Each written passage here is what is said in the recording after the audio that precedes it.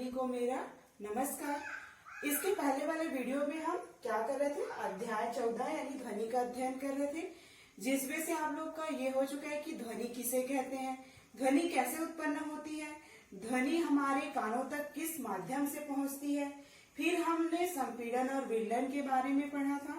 उसके बाद ध्वनि के अभिलक्षण के बारे में पढ़े थे, ध्वनि तरंग के अभिलक्षण, ठीक है। उसके बाद हमने तरंगों के प्रकार पढ़े थे, जिसमें से दो उसके प्रकार होते हैं, जैसे अनुप्रस्थ तरंग और अनुदैर्ध्य तरंग। आज हम पढ़ेंगे वो क्या है, श्रव्यता परास। तो मनुष्यों के सुनने के आधार पर या मनुष्य के श्रव्यता के आधार पर इस श्रव्यता परास को कितने भागों में बांटा गया है, 3 भागों में बांटा गया है। तो सबसे पहले देखते हैं क्या है। पहला जो है वो श्रव्य ध्वनि है, दूसरा है अश्रव्य ध्वनि और तीसरा है पराश्रव्य ध्वनि, जिसे हम पराध्वनि भी कहते हैं।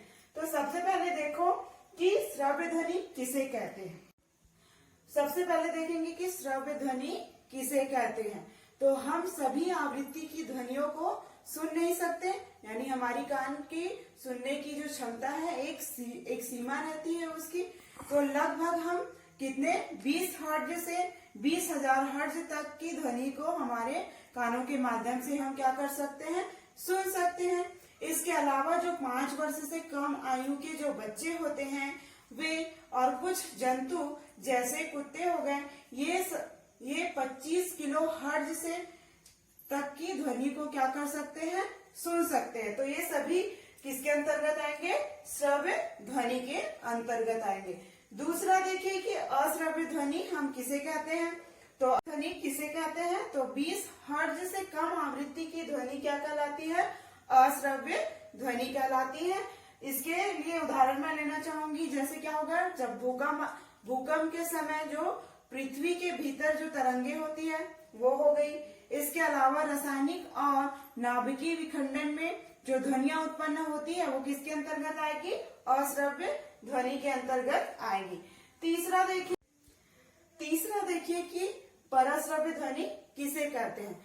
तो 20 किलो हर्ट्ज से अधिक आवृत्ति वाली ध्वनि को क्या कहलाती है, पराश्रव्य या पराध्वनि कहलाती है। इसके लिए उदाहरण के रूप में लेना चाहूंगी मैं कुछ जंतु जैसे चमगादड़ हो गया, डॉल्फिन हो गया, ये उच्च आवृत्ति की ध्वनियां उत्पन्न करती हैं।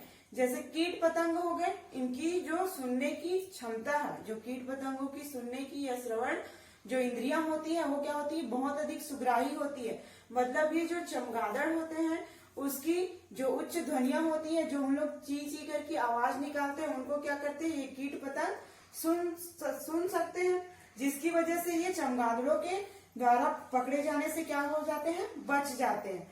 अब आगे देखते हैं कि पराश्रव्य ध्वनि का अनुप्रयोग। आगे जो टॉपिक है हमारा, आगे का टॉपिक है वो क्या है, पराश्रव्य ध्वनि का अनुप्रयोग। तो पराध्वनि क्या होती है, उच्च आवृत्ति की ध्वनियां होती है। पराश्रव्य ध्वनि क्या होती है, उच्च आवृत्ति की तरंगे होती है। तो क्या होती है, ये ध्वनियां क्या होती है, इनके मार्ग में अवरोध उत्पन्न होता है, फिर भी एक निश्चित पथ पर क्या करती है, गमन कर सकती है। क्या कर सकती है, इनके मार्ग में बहुत सारे, इन तरंगों के मार्ग में अगर अवरोध उत्पन्न होता है तो ये क्या कर सकती है, एक निश्चित पथ पर भी गमन कर सकती है। ये पराश्रव्य जो ध्वनि है या पराध्वनि है, इनका उपयोग प्रायः उद्योग और चिकित्सा के क्षेत्रों में वृहद रूप में किया जाता है।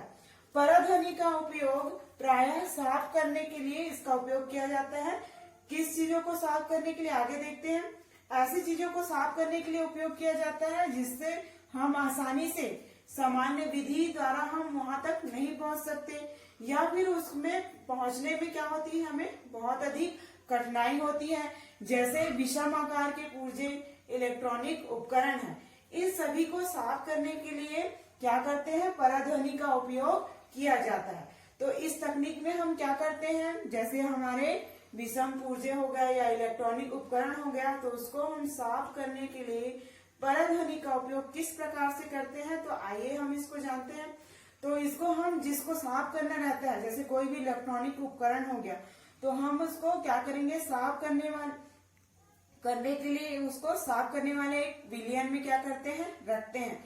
फिर उस विलयन में क्या करते हैं, हम पराध्वनि तरंगों को क्या करते हैं, परावर्तित करते हैं। मतलब पराध्वनि जो तरंगे होती है उनको क्या करते हैं, भेजते हैं। भेजने के बाद क्या करते हैं, जो उस उपकरण में कोई भी गंदगी या धूल कण या गंदगी के कण होंगे, वो इन उच्च ध्वनियों के कारण, जो पराध्वनि तरंगे हैं वो उच्च आवृत्ति की ध्वनियां होती हैं, जिसके कारण उस उपकरण में लगे धूल कण या गंदगी है वो उच्च आवृत्ति की तरंगों के माध्यम के कारण क्या होता है, तरंगों के कारण वो नीचे गिर जाते हैं और वो उपकरण क्या हो जाता है, साफ हो जाता है। इसके अलावा हम धात्विक पिंडों में जो छुपी दरारें हैं या उनके दोष होते हैं, उनका पता लगाने में भी हम पराध्वनि का उपयोग कर सकते हैं।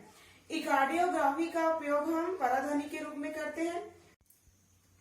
इकार्डियोग्राफी के रूप में भी पराध्वनि का उपयोग किया जाता है। इसके माध्यम से क्या करते हैं, जो पराध्वनि तरंगे होती हैं उस पर क्या करते हैं, हमारे हृदय के विभिन्न भागों में इन तरंगों को परावर्तित कर कर हृदय के कंपन का प्रतिबिंब बनाया जाता है। इस प्रकार से हम पराश्रव्य या पराध्वनि का उपयोग करते हैं। अगला जो है हमारा अल्ट्रासोनोग्राफी। अगला जो टॉपिक है वो क्या है, अल्ट्रासोनोग्राफी, जिसको हम संसूचक भी कहते हैं। तो अगर आपको ये टिप्पणी लिखने के रूप के लिए आता भी है, तो अगर आपको संसूचक दे दे अल्ट्रासोनोग्राफी की जगह, तो आप लोग कंफ्यूज मत होना। तो अल्ट्रासोनोग्राफी को हम और क्या कहते हैं, अल्ट्रासोनोग्राफी को पराध्वनि संसूचक भी कहते हैं, संसूचक कहते हैं।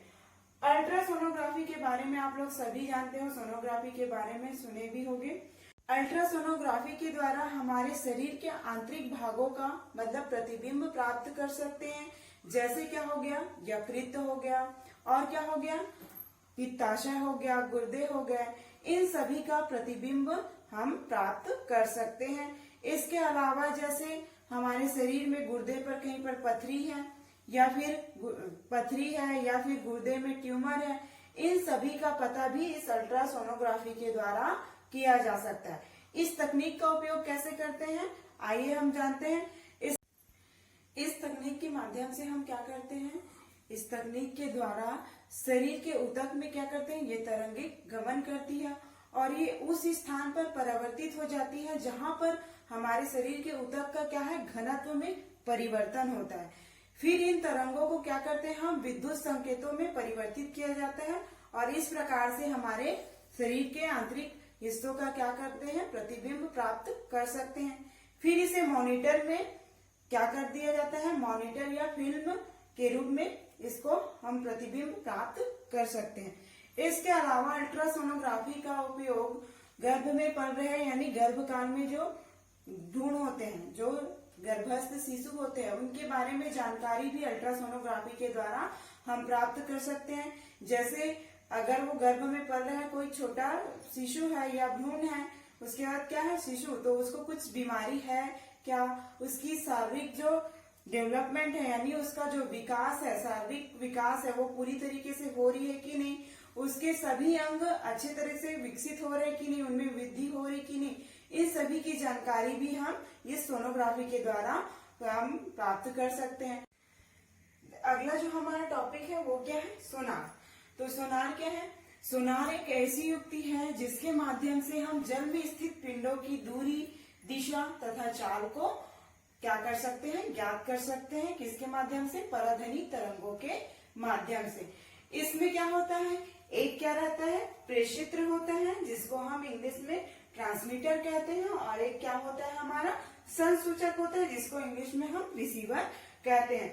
तो ये कैसे चित्र में किस माध्यम से, आप देख रहे हो कि ये एक चित्र जो है, ये ऊपर जो दिखाई दे रहा है वो नाव है और ये समुद्र का तल। इसको इस चित्र के माध्यम से हमको समझना है कि सोनार में क्या क्या चीजें होती है। तो देखिए इस चित्र के माध्यम से मैंने पहले भी बताया है कि आपको सोनार होता क्या है। इसके ये ऐसी युक्ति है जिसके माध्यम से हम जल में स्थित पिंडों की दूरी, दिशा तथा चाल को हम पराध्वनि के माध्यम से ज्ञात कर सकते हैं। यहाँ पर आप लोग चित्र में देख रहे हो, ये आपका नाव है, तो यहाँ पर एक प्रेषित्र, देखिए यहाँ पर प्रेषित्र करके दिया हुआ है, तो ये प्रेषित्र है और ये क्या है आपका संसूचक है। इसको हम नाव या जहाज में क्या करते हैं, लगाते हैं। तो ये जो प्रेषित्र है, आप देख रहे हो कि ये नाव में एक प्रेषित्र यहाँ पर लगा हुआ है, ये देखिए, और ये संसूचक। तो ये जो प्रेषित्र होता है, ये प्रेषित्र क्या करता है, पराध्वनि वो पराध्वनियों को क्या करता है, उत्पन्न करता है और प्रेषित करता है। प्रेषित्र का क्या कार्य है, प्रेषित्र जो है वो पराध्वनियां उत्पन्न करता है और उसको प्रेषित करता है। तो ये पराध्वनि क्या होगा, उत्पन्न होकर ये समुद्र के तल में स्थित पिंड से टकराएगा। जैसे आपको चित्र में दिख रहा है, ये आपका समुद्र तल का पिंड है।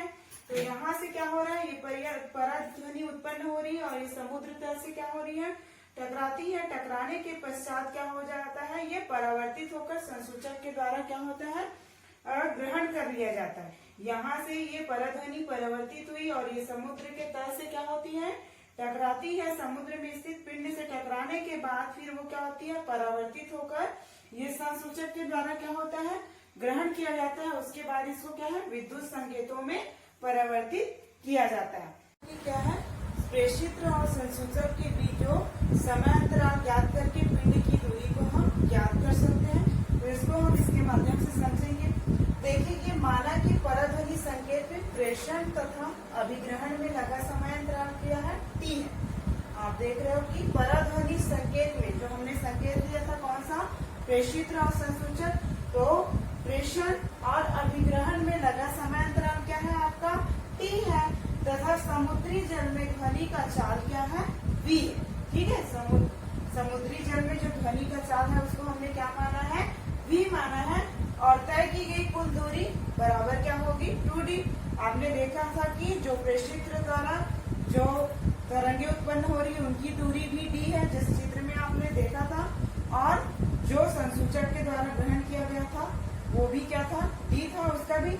तो इस प्रकार से तय की गई कुल दूरी कितना हो गया आपका, 2d। और सूत्र क्या लगेगा आपका, समय बराबर दूरी बटे 4।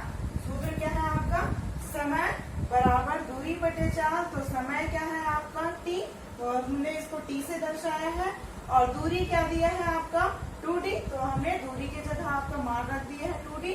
और आपका 4 कितना है, 4 को हमने v से दर्शाया। तो यहाँ पर सूत्र में हमने 4 का क्या कर दिया, मान कर दिया। यहाँ पर कुछ नहीं किए हैं, हमने सूत्र लगाया है किसका, समय बराबर दूरी बटे 4 और उसका मान रखा है।